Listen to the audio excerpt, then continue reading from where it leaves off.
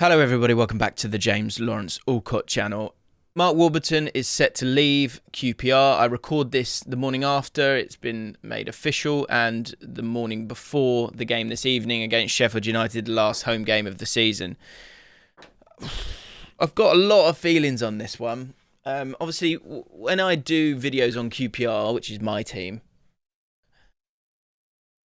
it's only the big things I really talk about. You know, when managers go, or if there's moments where I'm like super excited about them. And if you go back on my channel and search QPR James Allcott, I mean, you'll see a fantastic football manager series. But more importantly, you'll see me being super enthused and excited about where QPR were heading. QPR, a team that spent way too much money and then got itself in a right pickle, continues to be in very dangerous financial footing, but had brought in a manager in Mark Warburton who had been there for a decent amount of time, had played better football than we had ever played before, and had made a team that had, I think, the 6th lowest budget in the division a contender for the playoffs. Yet, and we're going to look at this statement, because there's some elements in this statement where I'm just like, well, why are we getting rid of him? Bottom line is, for me, this is a huge mistake. And I expect us to go backwards. And I feel like I'm living in a bit of a farcical world when I look at the possible new managers that will come through. And I'm slightly confused. So I'm gonna rant because look, QPR fan, and I do videos on every other team, so I've got to be doing these kind of videos.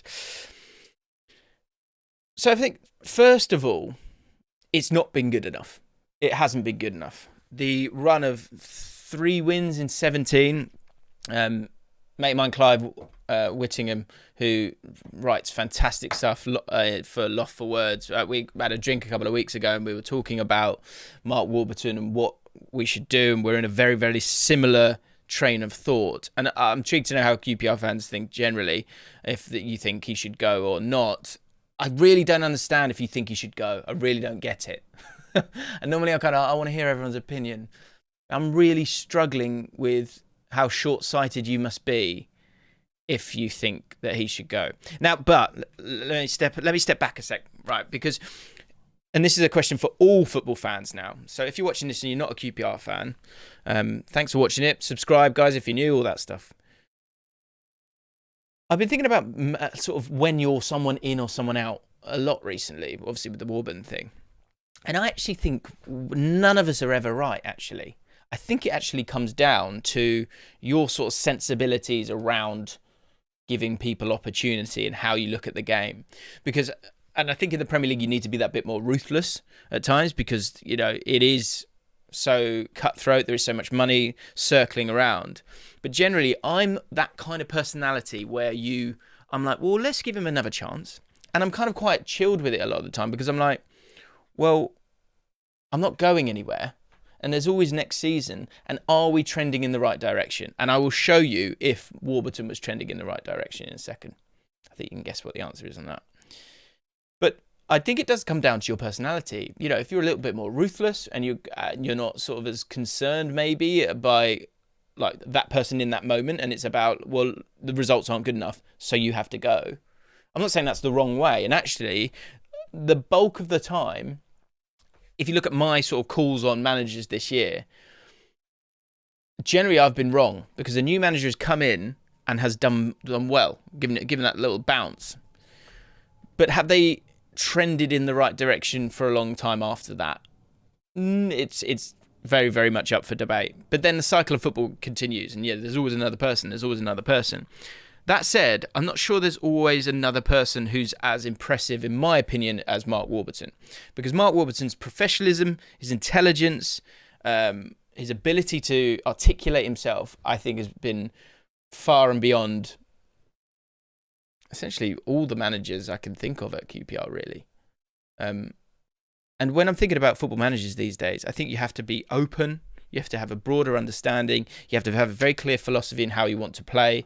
And you need to kind of instill that in the team. Because let's look at Man United. Man United can't string 5 passes together because they have no idea of what they're doing. There's no rhythm.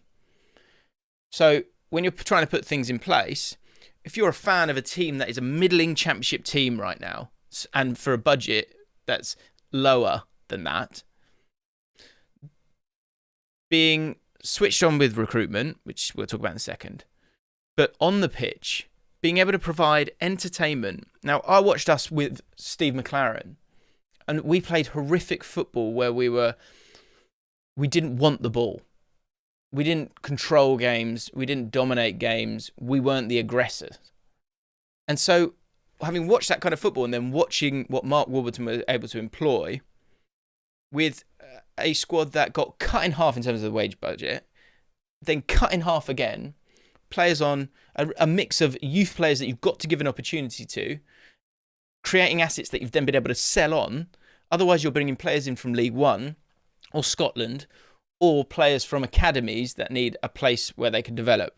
Now, that is all fantastic. And I have real conflict here because I really like Lee Hoos and I really like Les Ferdinand. And I think they are smart men who have made tough decisions, but sensible ones. But this isn't sensible, in my opinion. I think this is... And actually, we'll get onto that as well in a second, because there might be a sensible angle here, which is why they're letting Mark Warburton go. And there's also another question for all football fans, is the balance between someone being good and you just having faith in that person, and then the message kind of running out. Do you know what I mean? The power and the impact of the message. A lot of managers talk about how that can wane somewhat. And maybe that's occurred here with Mark Warburton. But in that 17-game stretch where we've won 3 games, which is... I am heartbroken with that, by the way. Like, I really thought this squad had the ability to get in the playoffs, and I think it did. But were there extenuating circumstances? Because as a middling championship club, with only so much money, there's only so many managers you can get. And in a very unprecedented period of time, we've played better football, brought through a load of players, been able to sell a good few of those, got other assets that have been being built up right now due to a manager who's got a good understanding of academy, great contacts in the game, and also has allowed us to play really, really good football where we dominate the ball. So why are we getting rid of him? I just don't get it. Let's have a look at this statement, because, again, when it comes to Lee Hoos and the director of football, Les Ferdinand, and the decisions that's being made, what I'm worried about with this, alongside with the safe standing changes that they want to make, is that after making so many great strides in bringing the fans in the club together and us all understanding that things take time, we've got to make sensible decisions, you know, we should be wary of us spending too much money, all those things, and we're all kind of on board with that. Yes, I'm scared they're going to lose me. Like, don't lose me now when you've done so well, you know, calling the stadium the Kind Prince Foundation Stadium. These are all amazing things that make me really, really proud to be a QPR fan. Don't lose me now. I'm not in a rush. So, like, if there isn't any chance of getting him back, I'm not in a rush here. Anyway, let's get to the statement. And there's just some bits here that I'm just really struggling with. In 3 years, he has helped the club establish a style of play and a DNA for which we are hugely grateful. So this is a manager then, that means, who could come in now, if we just wipe people's memories, come in now and play this style of play that he's created. Because that's the DNA. DNA means that that's not going to change. This is the style of play that we're going to play, right? And that sentence concerns me when I think about the next manager, right? So he's done that. That sounds good, doesn't it? Now, I'm completely ahead of our final match. I believe it's only fair to Mark and our Sports to make some announcement now. No, you're making that announcement because Mark Warburton's been asked a question of will he be here next year? And they haven't had any contract talks. So even in that moment, he's been incredibly professional and gone, well, I think you can probably see what's happening because I haven't had any contract discussions. So this is being put out because you've been caught out and you've not done it the right way. And again, I've given so much credit, even in this video, to QPR and the powers that be. They've been phenomenal. So I'm just a little bit angry right now. But I love what they've done with the club. But that's not true. You've done this because you've kind of had to. Amit Bhatia, who's our chairman, he said this. He's overseeing the club during an unprecedented 3-year period and has always conducted himself with the utmost integrity. Unprecedented 3-year period. And we're not renewing his contract based on 3 months. 3 months where we've had Seny Dieng out. We've had Ilias Chair go to the African Cup of Nations. Chris Willock get injured in a crucial part of the season. Lyndon Dykes be out for a month. Rob Dickey be out for a decent amount of time. And some loan signings that just haven't worked this time. Stefan Johansson, our, talismanic midfielder, out. Fullbacks out. Like, both left backs out. Right back out in Odebajo.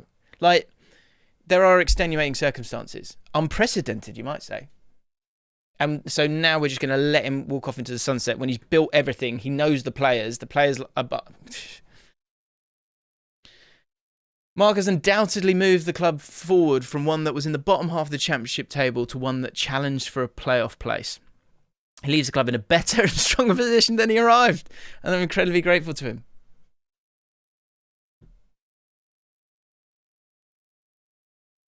I just don't get it. It's just really... So, right, this is where he might just be being uber sensible here. Is that, yes, it's been a very, very poor run of form. So with that in mind... Maybe there's a thought here that with his contract up, if you want to give him a new contract, he might want a 2-year deal. And if you're going to give him a 2-year deal, you then put yourself in a position where you might be in trouble because you'd then have to pay him out if this poor form continued. But I would have faith in him because I just think, like, well, let me show you something else. So this is from Hoop Dreams. Is it Hoop and Dreams? I'll put a link into them in the description.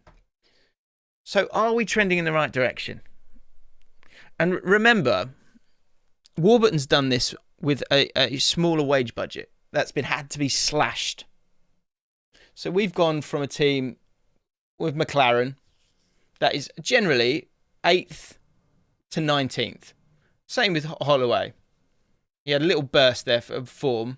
But generally, if we look at sort of the middle ground of it, Holloway, 12th to 19th during a very difficult time. I thought he did an all right job. McLaren had a little burst here. We got up to 8th.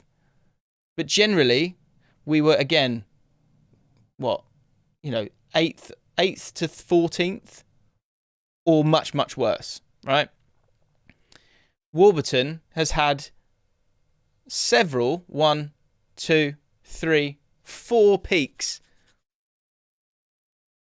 We are trending in the right direction with a smart manager and a squad built up of some experienced pros and that mix of League One players who are hungry and young, other players who've been discarded by those big academies, and it's a small squad as well that fits within the budget to a point, as best as we can do. 6th worst. I mean, I might be getting that wrong with the 6th worst budget, so I apologise for that.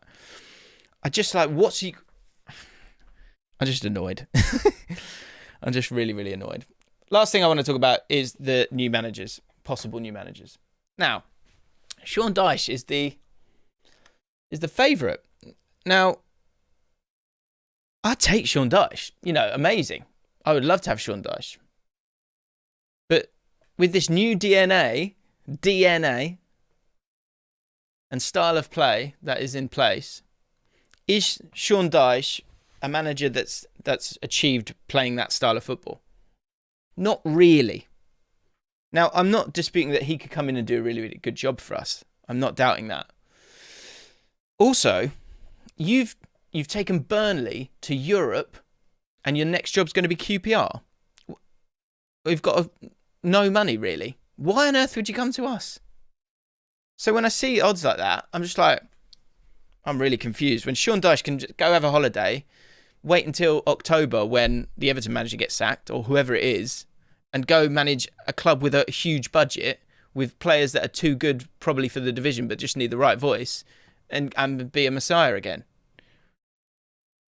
Jokanovic has been successful with teams with money.